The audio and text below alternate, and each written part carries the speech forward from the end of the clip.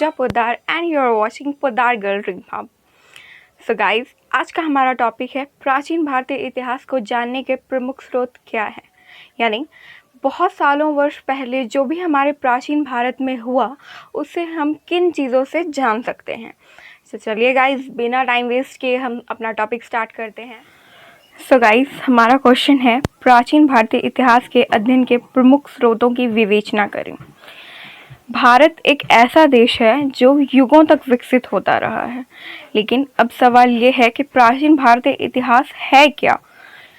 तो भारत की प्राचीन संस्कृति, कृषि का आरंभ और स्थायी का निवास, उस समय लोग पशुपालन कैसे करते थे, क्या भोजन खाते थे, उनका आश्रय कैसा होता था, कटाई कैसे करते थे, जंगलों का सफाया कैसे करते थे और ग्राम कैसे बना, ग्राम से फिर नगर का निर्माण कैसे हुआ और नगर से फिर विशाल राज्यों की स्थापना कैसे हुई।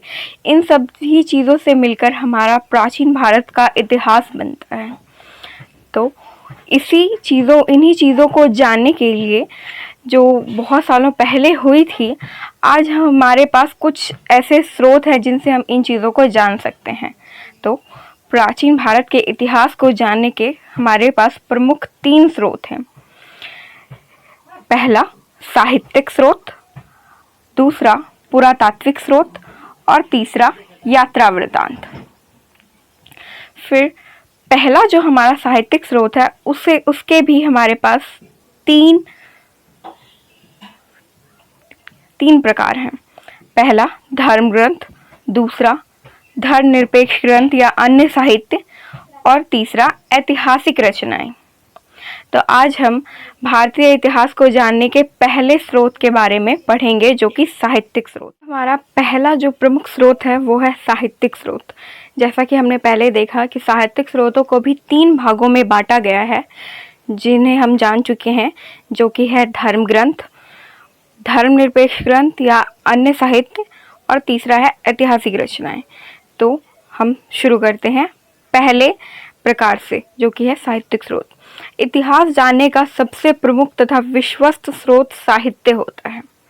प्राचीन भारत का इतिहास जानने के लिए पर्याप्त साहित्य उपलब्ध है। साहित्य के अध्ययन की सुविधा के लिए साहित्य को 3 भागों में बांटा गया है, जो निम्न है। जैसे कि पहला धर्म ग्रंथ। प्राचीन धर्म ग्रंथ धार्मिक आस्थाओं से जुड़े होने के बावजूद इतिहास को जानने का एक उत्तम साधन सिद्ध हुआ।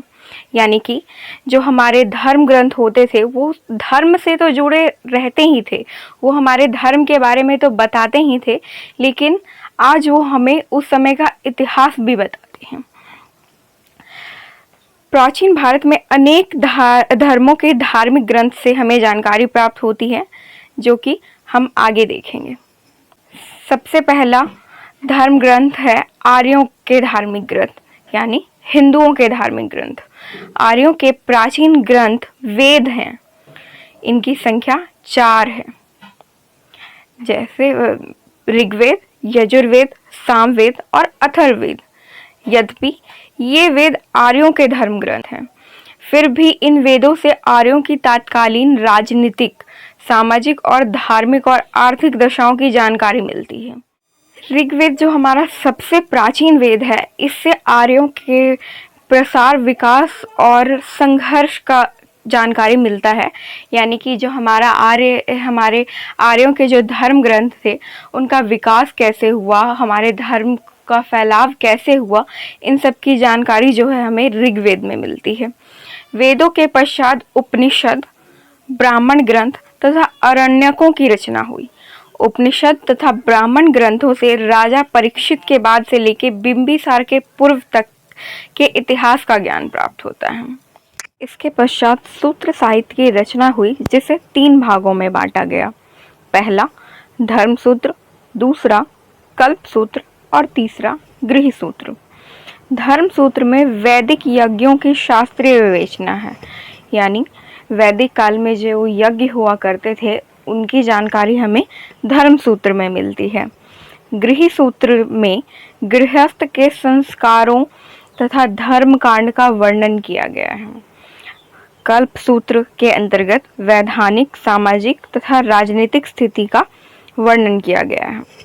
इसके बाद वाल्मीकि रचित रामायण तथा वेदव्यास रचित महाभारत में अनेक कथाओं से राजनीतिक, सामाजिक तथा सांस्कृतिक दशाओं का ज्ञान प्राप्त होता है। मौर्य काल के अंत में स्मृतियों की रचना हुई। मनुस्मृति, नारद स्मृति तथा याज्ञवल्क्य स्मृति। इतिहास की दृष्टि से ये तीनों महत्वपूर्ण स्मृतियां हैं। ये हमारे आर्यों के धार्मिक ग्रंथ के बारे में बताया गया है। इसमें हमें बहुत सारी ऐसी जानकारियां मिलती हैं जो कि हमारे प्राचीन इतिहास में घटित हुई थी। इसके बाद हम दूसरे धार्मिक ग्रंथ बौद्ध साहित्य के बारे में जानेंगे। बौद्ध साहित्य प्राचीन भारत के इतिहास में बौद्ध साहित्य का अत्यधिक महत्व है। बौद्ध धर्म उस समय समस्त भारत में व्याप्त था। बौद्धों के प्राचीन धार्मिक ग्रंथ त्रिपिटक कहलाते हैं क्योंकि इनकी संख्या 3 है। पहला विनय पिटक, दूसरा सुत्त पिटक और तीसरा अभिधम पिटक। सुत्त पिटक में हमें बुद्ध के धार्मिक विचारों और वचनों का संग्रह मिलता है। विनय पिटक में बौद्ध धर्म के नियमों के बारे में पता चलता है और तथा अभिधम पिटक में बौद्ध दर्शन की विवेचना की गई है। इनमें भगवान बुद्ध के पूर्व की जन्म तथा गाथाएं तथा उनके परिनिर्वाण के बाद की समस्त घटनाएं, शिक्षाएं, उपदेश तथा धार्मिक सिद्धांतों का संकलन है। प्राचीन काल में प्रचलित तीसरा जो धर्म था वो जैन धर्म था। तो जैन धर्म ग्रंथ भी हमें बहुत सारी ऐसी चीज़ों की जानकारी देता है जो हमें प्राचीन भारतीय इतिहास को जानने में मदद करती हैं। आचार्य हेमचंद्र द्वारा लिखित परिशिष्ट पखन तथा जैनाचार्य भद्रबाहु का कल्प सूत्र जैन धर्म ग्रंथ में अत्यधिक महत्व रखते हैं। इसके अलावा जैन धर्म के अन्य ग्रंथों जैसे कलिका पुराण, भगवती सूत्र, कथा कोश त्रिचोक, विज्ञप्ति आदि से भी ऐतिहासिक तथ्यों का ज्ञान प्राप्त होता है।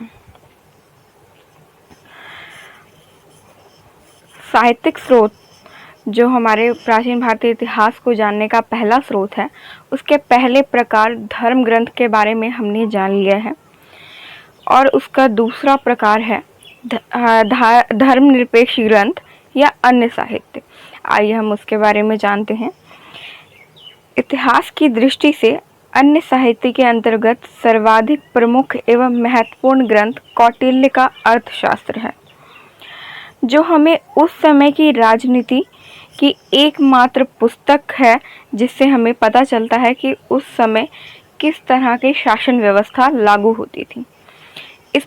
इस पुस्तक द्वारा चंद्रगुप्त मौर्य के शासन व्यवस्था का पूर्ण विवरण मिलता है। गुप्त काल में अनेक साहित्य ग्रंथों की रचना हुई। महाकवि कालिदास के ग्रंथ अभिज्ञान शकुंतलम, मालविकाग्निमित्रम तथा रघुवंश ऐसे महत्वपूर्ण ग्रंथ हैं जिनसे ऐतिहासिक तथ्यों की जानकारी प्राप्त होती है।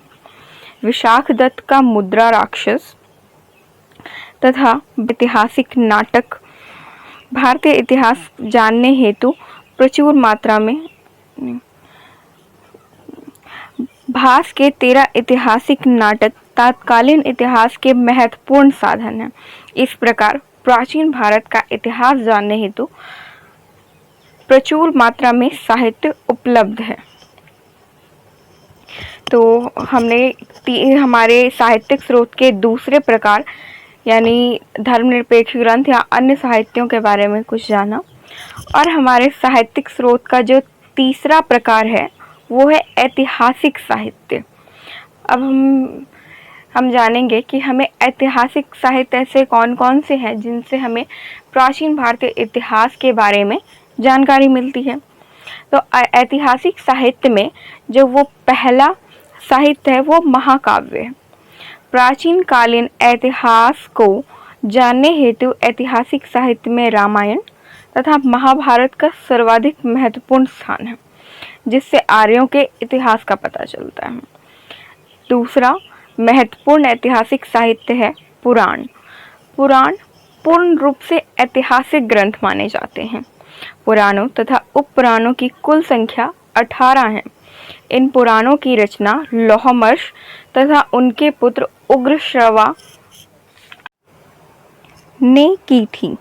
पुराणों में 5 चीज़ों का वर्णन होता है, जिसका 5वां भाग वंशानुचरित्र कहलाता है।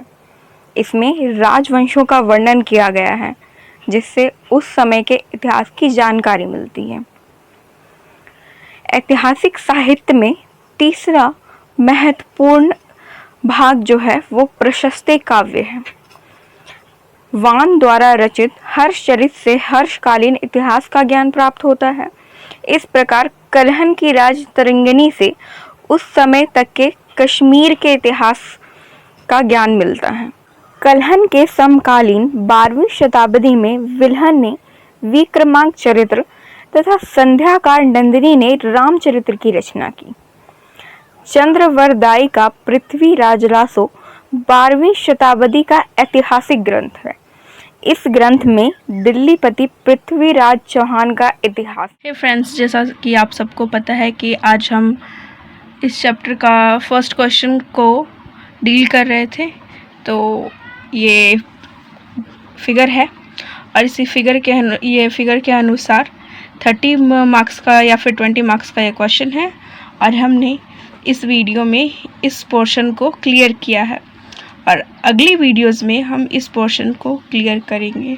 तो डोंट वरी गाइस, अगर आपको कहीं भी कोई दिक्कत आए तो प्लीज़ कमेंट में ज़रूर बताएं और हमारी वीडियोस को देखते रहें। और अगर आपको पसंद आए तो लाइक, शेयर, कमेंट ज़रूर करें। हमारे टॉपिक का फर्स्ट पार्ट, जिसमें हमने आर्यों के धार्मिक ग्रंथ के बारे में जाना। मैं जल्द ही इसका सेकंड पार्ट भी लेकर आऊँगी।